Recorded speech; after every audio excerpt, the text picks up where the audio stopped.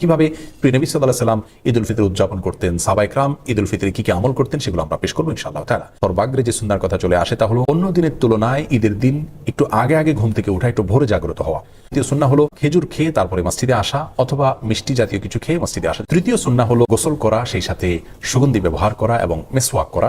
4 নম্বর সুন্নাহ হলো যার যা পোশাক আশাক আছে তার মধ্যে থেকে উত্তম পোশাকটি পরিধান করা। 5 নম্বর সুন্নাহ হলো ঈদগাহে যাওয়ার সময় পায়ে হেঁটে যাওয়া, কোনো বাহন ব্যবহার না করা। যারা বৃদ্ধ বা অসুস্থ তাদের কথা ভিন্ন। 6 নম্বর সুন্নাহ হলো ঈদগাহে যাওয়ার সময় তাকবীর বলতে বলতে যাওয়া, আল্লাহু আকবার আল্লাহু আকবার লা ইলাহা ইল্লাল্লাহ আল্লাহু আকবার ওয়ালিল্লাহিল হামদ। 7 নম্বর সুন্নাহ হলো যেই পথ দিয়ে আমরা ঈদগাহে আসবো, বাসায় যাওয়ার সময় অন্য পথ ধরে আমরা যাব। বিকল্প পথ যদি না থাকে তাহলে রাস্তার যে পাশ দিয়ে আমরা এসেছি অন্য পাশ দিয়ে যাওয়ার চেষ্টা করব।